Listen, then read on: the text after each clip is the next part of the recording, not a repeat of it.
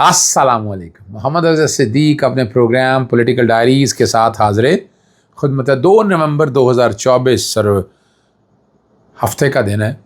چیزیں آپ کے سامنے ہیں اور حالات ذہن میں رکھیے گا. لائرز موومنٹ کا بار بار آپ پوچھتی ہیں. لائرز موومنٹ چلنی ہے.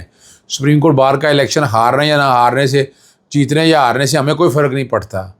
ہماری جو وکلا قیادت ہے وہ اس پہ اکٹھی ہے اور اس کو منطقی انجام کی طرف لے کر ہم جائیں گے. کمال کی بڑی زبردست بات ہے. پی آئی اے نجکاری میں جو ہے نا Khyber Pakhtunkhwa board of investment خط آپ کے سامنے بیک گراؤنڈ پہ وہ چل رہا ہوگا. انہوں نے دلچسپی کا اظہار کیا. نہیں اتنی موویبل اموویبل ایسٹ اتنے ہیں، وہ ساری چیزیں رکھ کے کوئی 10 ارب کے قریب سن رہے تھے. لیکن اب تو راستہ کھل گیا. اب آگے آئے گا کہ کس طرح پی آئی اے کو ردی کی ٹوکری میں پھینکنے کا عمل جو ہے انشاءاللہ کل عدم ہو جائے گا. سپریم کورٹ میں ججز کی تعداد 25 کرنے کی جو ہے نا سینٹ قائمہ کمیٹی سے منظوری. اب یہ وجہ کیا ہے؟ سمجھ آئے گا کہ جو آئینی بینچز ہیں وہ اپنی مرضی کے لائیں، یعنی یہاں ججز تعینات کیے جائیں. اور جس طریقے سے سبوتاج کیا، اور ہم اسی لیے تو خلاف ہیں کہ جوڈیشل کمیشن کی کمپوزیشن میں آپ کے سامنے رکھ چکا ہوں پہلے. وہ سمجھنا ہے، آپ کو بڑی آرام سے سمجھنا ہے کہ وہ اس کا مقصد کیا ہے. ٹیک اوور کرنا ہے، یعنی عدلیہ کو کیسے ٹیک اوور کیا جا سکتا ہے. یہ پوری کارروائی چل رہی ہے اور یہ کارروائی ہو رہی ہے، اور یہی سمجھنا ہے. آپ کو بڑی آسانی سے سمجھ آ جائے گا. کوئی مشکل کام نہیں ہے، بہت آسان کام ہے. پر اس پہ عمل درآمد ہو پاتا ہے کہ نہیں، یہ اب ڈپینڈ کرتا ہے ہماری اعلیٰ عدالت کو. سپریم کورٹ اس پہ کیا ایکشن لیتی ہے، اور ایکشن لینا چاہیے. اب 26ویں آئینی ترمیم جو ہے وہ کوئی دور کی بات نہیں ہے. بہت جلد چیلنج کے پروسیس میں مکمل ہو چکا ہوا ہے. میں بھی چیلنج کر رہا ہوں، میں بار بار بتاتا ہوں آپ کو. انشاءاللہ بہت جلد اس کو بھی ایک منطقی انجام کی طرف لے جایا جائے گا. انتظار سمجھوتا کا تحریری فیصلہ جاری کر دیا. وہ بڑا عجیب و غریب سا فیصلہ ہے. چلیں جیسا بھی آپ کہیں. وکلا ایکشن کمیٹی کا اجلاس طلب ہو گیا آج اسلام آباد میں، وہ بھی تفصیل بتاتا ہوں. اور پنجاب حکومت بمقابلہ خیبر پختونخوا حکومت، اور 6 ججز کے بارے میں بھی جو بات میں نے کرنی ہے وہ کر سکتا ہوں. سارے دہشت گردی ایک ترمیمی بل کیا ہے جس میں گرفتار ملزم بھی نہیں ہے، ڈیٹینشن آرڈر ہیں، اور 3 ماہ تک ضمانت نہیں ہو سکے گی. مینٹیننس آف پبلک آرڈر کے حوالے سے آپ نے وہ دیکھ لیا ہے. اور وہ پروگرام کے آخر میں میں نے جو میڈیا سے جو میں نے جو گفتگو کی ہے ڈیٹینشن آرڈر سسپینڈ ہونے کے حوالے، سیکشن 3 کی سسپینشن کے حوالے سے، وہ سن لیجئے گا، وہ دیکھ لیجئے گا. پروگرام کے آخری حصے میں نے جو گفتگو کی ہے وہ ساتھ لگی ہوگی. چیف جسٹس یحییٰ افریدی صاحب جو ہیں بڑا پازیٹیو اور بڑا آرام سے چل رہے ہیں. جو اطلاع جو صحافی بھی کہہ رہے ہیں، میں بھی کوشش کر رہا ہوں کنفرمیشن لینے کی کہ اسلام آباد ہائی کورٹ کے 6 ججز جناب جسٹس چیف جسٹس عامر فاروق صاحب اور جسٹس میاں گل حسن اور کے علاوہ باقی ججز مجھے مداخلت کے حوالے سے معاملات میں وہ ملے ہیں. وہاں ساری باتیں رکھی گئی ہیں اور یقین دہانی یہ کروائی گئی ہے کہ مداخلت اب نہیں ہوگی. یعنی بات بڑی واضح آ گئی کہ جسٹس قاضی فائز عیسیٰ کے دور میں جو زیادتیاں ہو رہی ہیں وہ شاید اب نہ ہو. یہی ہم ایکسپیکٹ بھی کر رہے ہیں. لیکن لاہور ہائی کورٹ میں ذرا مجھے اچھی امید نہیں ہے. میں کوشش تو کرتا رہتا ہوں، میری رہتا ہے معاملہ. مخصوص رشتوں کا کیس جس بینچ کے سامنے لگے گا وہ بتا دے گا کہ کہاں گیا ہے معاملہ اور وہ اس نے کس رخ کو اختیار کرنا ہے. اور مجھے اندازہ ہے کہ وہ کہاں جائے گا. جیسے مال ٹاؤن ثانیہ کے حوالے سے جوڈیشل انکوائری کو چیلنج کرنے کے حوالے سے، یا انکوائری چیلنج کرنے کے لیے JIT جو ہے جوائنٹ انویسٹیگیشن ٹیم، وہ بینچ جیسے بنا کمزور بینچ ہے جی. آپ کو جو مرضی کہیں، یا ہمارے وکلا برادری کا بڑے واضح طور پر یہ بات ہے. تو یہ چیزیں سمت کا ایک تعین کریں گی. آج جو ملک گیر وکلا ایکشن کمیٹی کا اجلاس ہوگا 2 نومبر کو سپریم کورٹ میں ہو رہا ہے. اس میں سابق صدور جو ہیں سپریم کورٹ بار ایسوسی ایشن، حامد علی خان صاحب، علی احمد کرد، منیر ملک، عابد زبیری، اور ہائی کورٹ بار ایسوسی ایشن کے جو موجودہ صدر ہیں Asad Manzoor Butt, Peshawar high court bar association صدر فدا گل، بلوچستان بار ایسوسی ایشن کے صدر، اور اسلام آباد بار ایسوسی ایشن کے صدر کراچی بار ایسوسی ایشن کے صدر جو ہیں عامر نواز بڑائچ، سندھ ہائی کورٹ بار ایسوسی کے صدر بیرسٹر صلاح الدین، سابق وائس چیئرمین ممبر بار کونسل حیدر امام رضوی، بلوچستان بار کونسل کے راجب خان بلیدی، اسلام آباد بار کونسل کے عادل عزیز، سندھ بار کونسل کے کاشف عزیز، یہ نام بہت سارے ہیں. اور سیکرٹری سپریم کورٹ بار ایسوسی ایشن سلمان منصور جو منتخب ہوئے ہیں، نائب صدر حبیب قریشی اور نائب صدر خوشحال خان اور شہباز کھوسا جو ہیں ہائی کورٹ بار ایسوسی ایشن ایبٹ آباد کے صدر امان اللہ، اور ملک بھر کے نمائندہ وکلا جو ہیں نا وہ شرکت کریں گے اور لائے عمل دیں گے. دوسری طرف جو ہے وہ سپریم کورٹ بار ایسوسی ایشن اپنا بتانا چاہے گی کہ ہم نے پتہ نہیں کیا کچھ کر دیا ہے، پارلیمان کی آزادی، پارلیمان کی خود مختاری، پتہ نہیں پارلیمان کھیل کے کیا وہ کریں گے.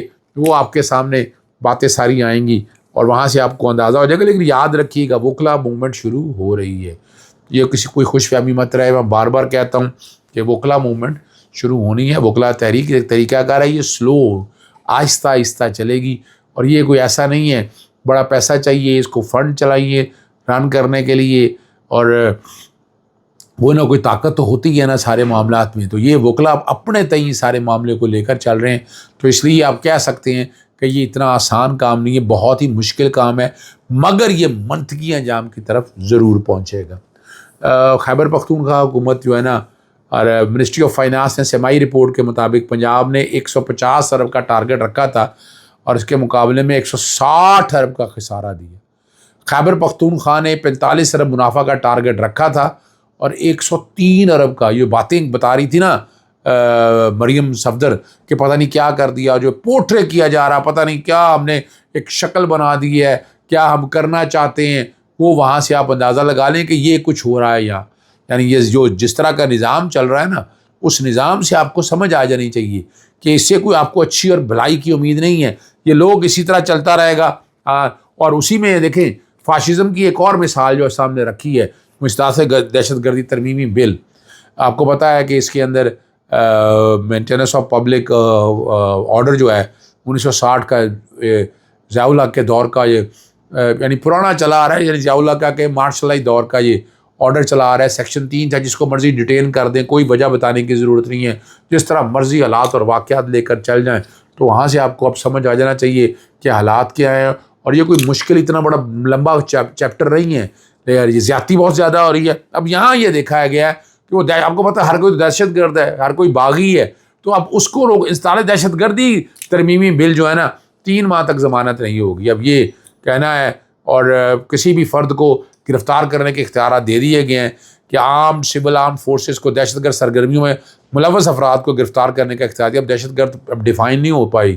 ابھی حالانکہ سغرا بی بی کے کیس میں دہشت گردی ڈیفائن ہو چکی ہے. 3 ماہ کی تحویل میں وہ کہہ رہے ہیں رکھ لیا جائے گا. قابل گرفت معلومات اور وجود کسی کو 3 ماہ کی تحویل میں لے لیا جائے گا. اور الزامات کی تحقیقات کے لیے اعلیٰ سطح GIT بنائی جائے گی. GIT میں سپرنٹینڈنٹ پولیس، انٹیلیجنس حکام، سول آرم فورسز اور دوسری فورسز کے نمائندگان شامل ہوں گے. اور ترمیمی ایکٹ کو منظوری سے 2 سال تک نافذ العمل تصور کیا جائے گا. یعنی اس حد تک بھی یہ معاملات کو لے جایا گیا ہے. یعنی نظر یہی آ رہا ہے کہ پاکستان کے اندر فسطائیت چل رہی ہے، اور یہ پارلیمان کا وجود جو ہے یہ خطرناک ہے ملک کے بنیادی حقوق کے تحفظ کے لیے. اللہ کرے کہ انہیں سمجھ آ جائے. سمجھ تو انہیں نہیں آ رہی ہے، یہ اپنے نقطہ نظر سے لے کر چیزوں ان کو چل رہے ہیں. تو اب یہی حال ہوگا. اب شاید کہ تیرے دل میں اتر جائے یہ بات، لیکن نظر نہیں آ رہا ہے کہ ان کے دل میں اتر جائے بات.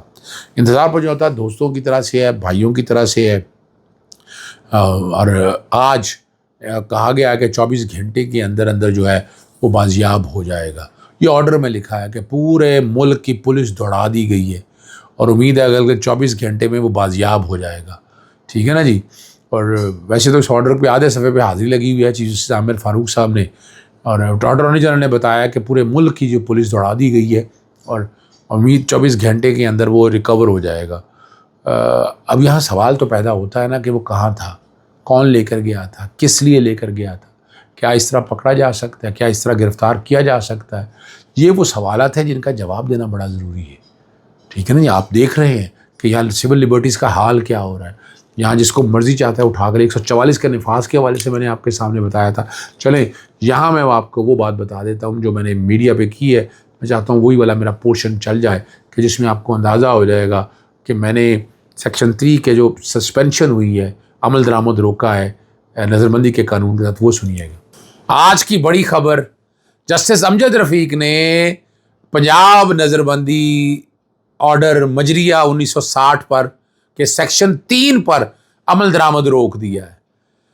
پاکستان تحریک انصاف کے خلاف سیاسی انجینئرنگ اس حد تک ہو رہی تھی، 2022 میں 10,000 نظربندی کی آرڈر، 2023 میں 4,770، یہ تو ہائی کورٹ میں رپورٹ آئی ہوئی ہے، 2022 کی بھی رپورٹ آئی ہوئی ہے، اور سپتمبر کے اندر صرف لاہور میں 487 نظربندی کے آرڈر جاری ہوئے تھے۔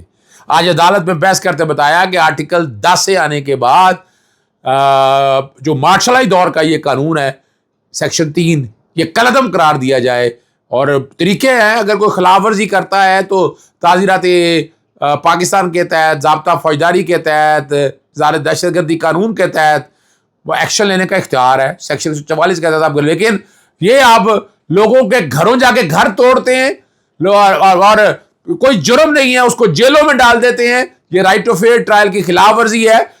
جناب جسٹس امجد رفیق صاحب کے ریمارکس بڑے واضح طور پر تھے کہ آرٹیکل 268 کے بعد آئین کا جب آرٹیکل 10 سے آیا تو اس کے بعد اس قانون میں تبدیلی لازمی ہونی تھی، لیکن یہ تبدیلی نہیں کی۔ یہ سیاسی انجینئرنگ کی کلاسک ایگزامپل ہے مارشلائی دور کا۔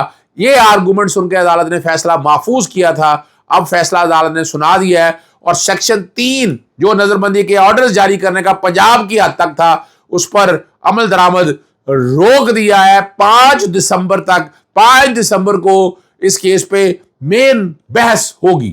اجازت چاہتا ہوں، السلام علیکم، اللہ حافظ، پاکستان زندہ باد۔